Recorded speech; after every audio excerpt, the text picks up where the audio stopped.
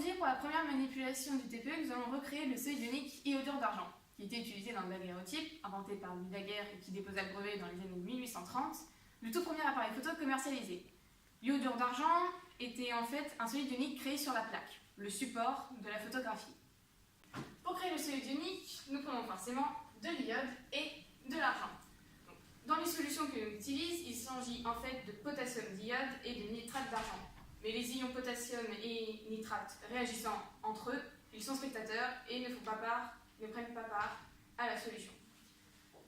Les deux solutions ont toutes 0,1 mol par litre. C'est donc un mélange stickométrique. Autrement dit, il ne résulte absolument aucune trace des deux réactifs à la fin de la solution.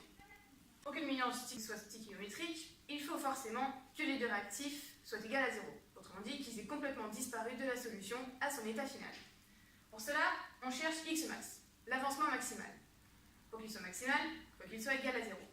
Nous prenons donc les quantités de mol qu'il y a au début de la solution pour les deux réactifs, et pour qu'elles soient égales à 0, X, l'avancement, peut être égal à 0,1.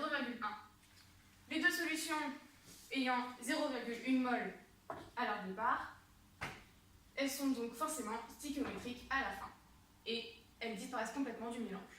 L'avancement maximal de la solution, Xmax, est donc égal à 0,1 mol. Les deux solutions sont égales à 0, il ne reste absolument aucune trace d'iode ni d'argent, et l'iodure d'argent est égal à 0,1 mol. Ici. Dans un premier temps, nous mettons les atomes d'iode et donc d'argent dans deux béchers séparés. Puis nous mesurons à chacun 20 ml environ de chaque solution.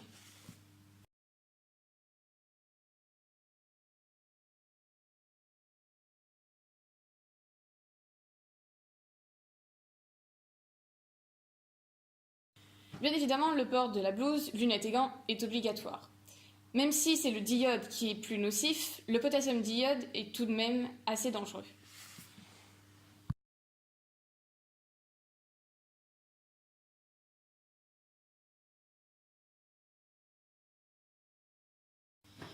Après avoir mis donc dans deux béchers séparés les deux solutions, nous les mélangeons et laissons reposer après agitation avec un agitateur en verre.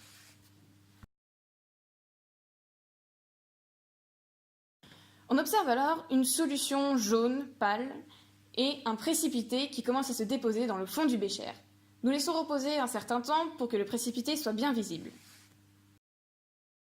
À la fin de la réaction, on obtient donc le précipité jaune que vous voyez ici, l'iodure d'argent. Les atomes d'iode et d'argent ont réagi entre eux et ont formé ce solide jaune qui se dépose au fond du bécher. Dans l'utilisation du daguerréotype, bien évidemment, il n'était pas sous cette forme. Le fait est qu'on plaçait la plaque dans une boîte remplie de cristaux d'iode. Et c'était les émanations de ces cristaux qui se déposaient sur la plaque et donc créaient l'iodure d'argent.